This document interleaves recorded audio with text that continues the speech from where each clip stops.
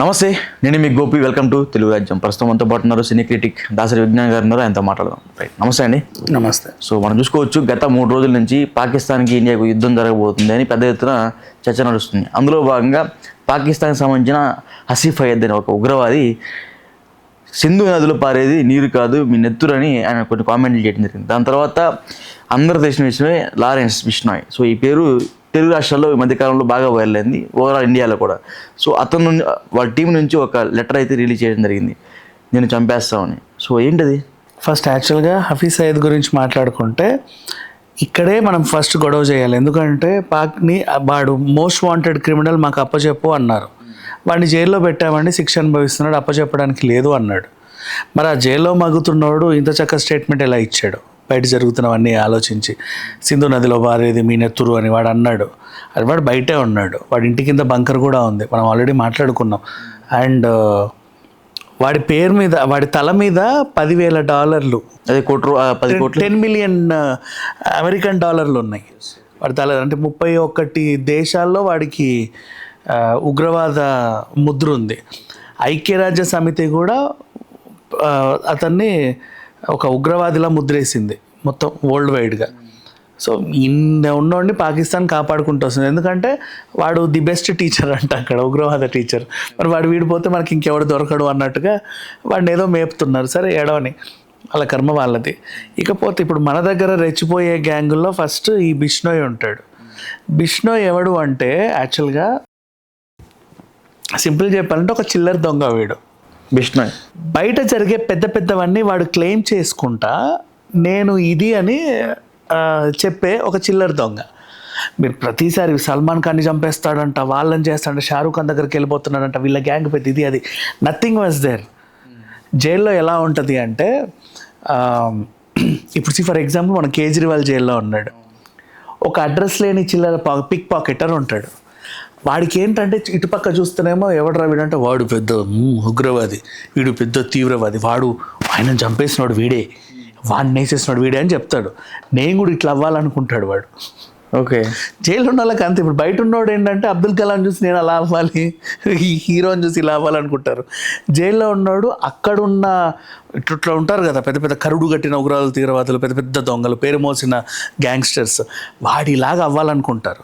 అవి ఏం చేస్తే ఇప్పుడు కేజ్రీవాల్ జైల్లో ఉన్నాడు, కేజ్రీవాల్ని వేసేస్తే కేజ్రీవాల్ చంపారు రైడ్ అంటారు. అమ్మ రైడ్ ఇప్పుడు కేజ్రీవాల్ చంపినోడు రా అంటాడు. అట్లా అంటే వాటిని ఇన్స్పిరేషన్ తీసుకొని ఎదుగుదాం అనుకున్న తలకాయలు ఉంటాయి. ఆ కోవకు చెందినోడు బిష్నోయ్. సల్మాన్ ఖాన్ని మేము బెదిరిస్తున్నాము, నేను వేసేస్తా, సల్మాన్ని చంపేస్తా అనేసరికి వీడు లైమ్లైట్లోకి వచ్చాడు. ఒరిజినల్గా ఎందుకురా నువ్వు అంత పగ పెట్టుకున్నావు సల్మాన్ ఖాన్ మీద అని అడిగితే వాడు ఒక స్టోరీ కూడా చెప్పుకున్నాడు. కృష్ణ జింకలు మేము చిన్నప్పటి నుంచి మాకు పెద్ద ఇదిగా ఆరాధ్యంగా మేము భావిస్తున్నాం. సల్మాన్ కృష్ణ జింకని కేసులో అయినప్పుడు బిష్నోయ్కి 5 ఏళ్ళే. ఓకే, 5 ఏళ్ళే. అప్పుడే వాడు రగిలిపోయాడు అనమాట. నేను ఏ రోజైనా పెద్దగా పెరుగుతాను, పెరిగిన వెంటనే సల్మాన్ ఖాన్ని పొడి చేస్తానని అనుకుని పెరిగాడంట వాడు.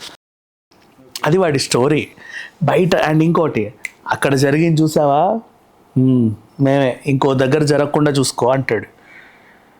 నువ్వు లోపలే ఉన్నావు, ఊరికే బయట జరిగే పెద్ద పెద్ద విధ్వంసాలన్నీ క్లెయిమ్ చేసుకుంటూ ఉంటాడు వీడి ఎదుగుదల కోసం.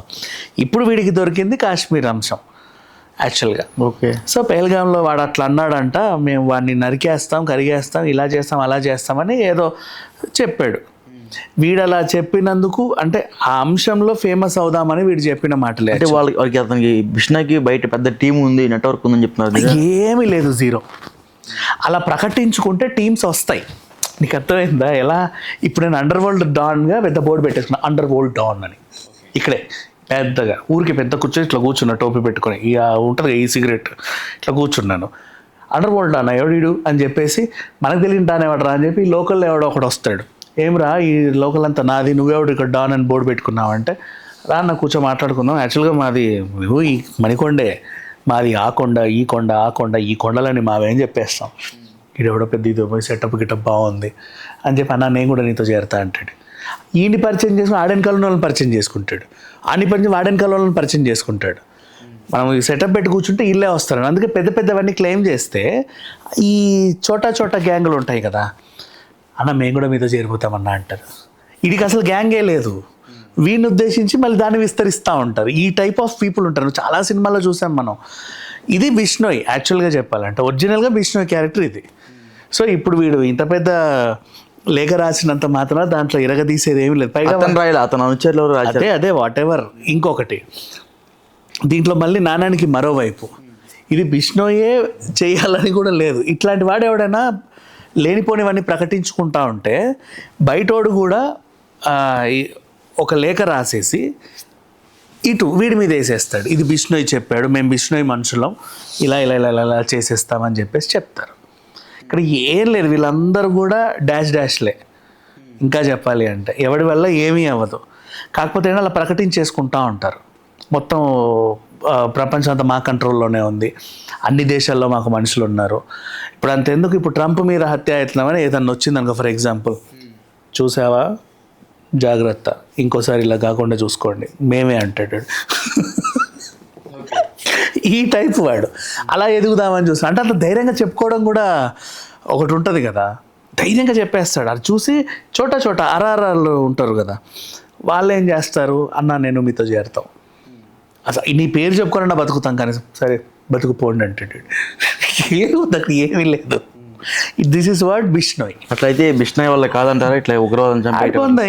Zero. Bishnoi is a zero యాక్చువల్గా చెప్పాలి అంటే.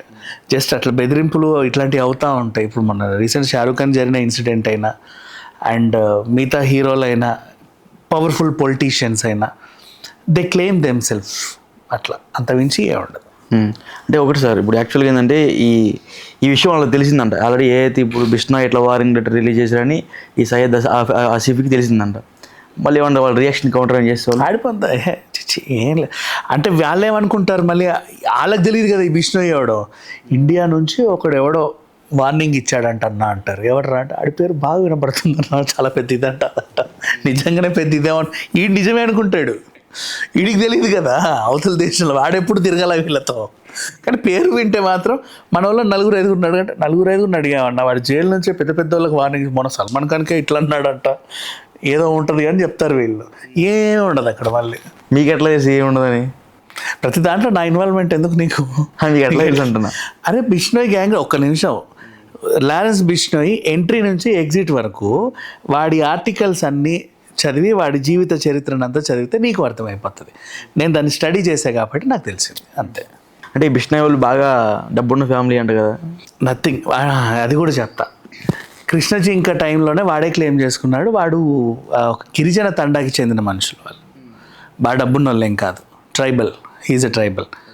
సో ఆ ట్రైబ్స్కి అక్కడ జింక అనేది వాళ్ళ కులదైవం, కృష్ణ జింకని. సో హీజ్ ట్రైబ్ అన్నప్పుడు వాడికి ఆస్తులు బాగున్నాయని అలా చెప్తారు.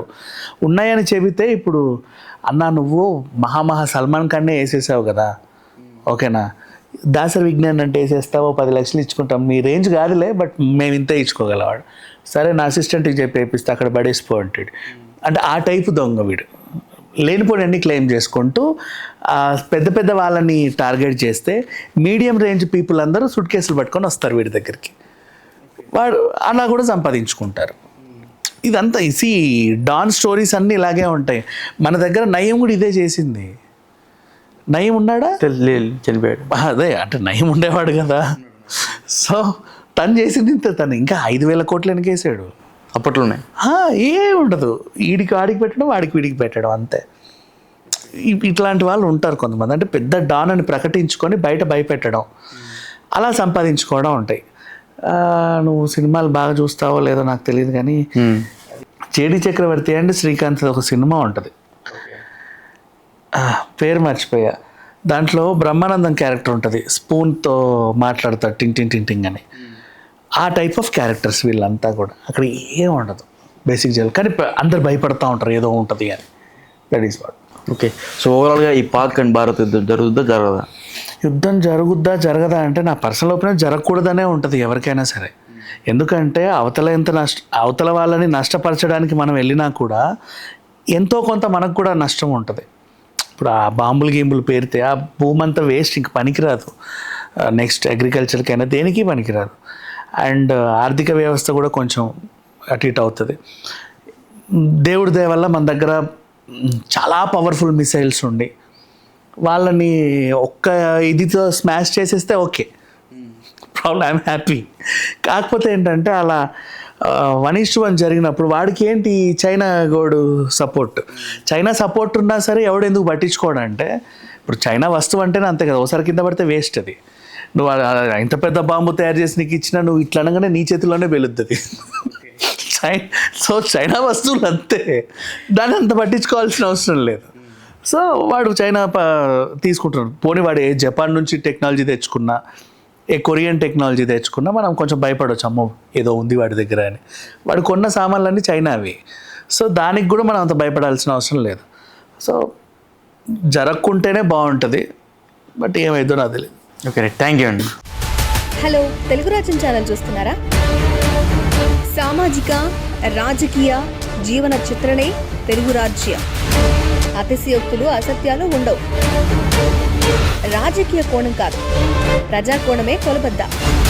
తెలుగు రాజ్యం వీక్షణ మీ ఉత్తమ అభిరుచికి నిదర్శనం.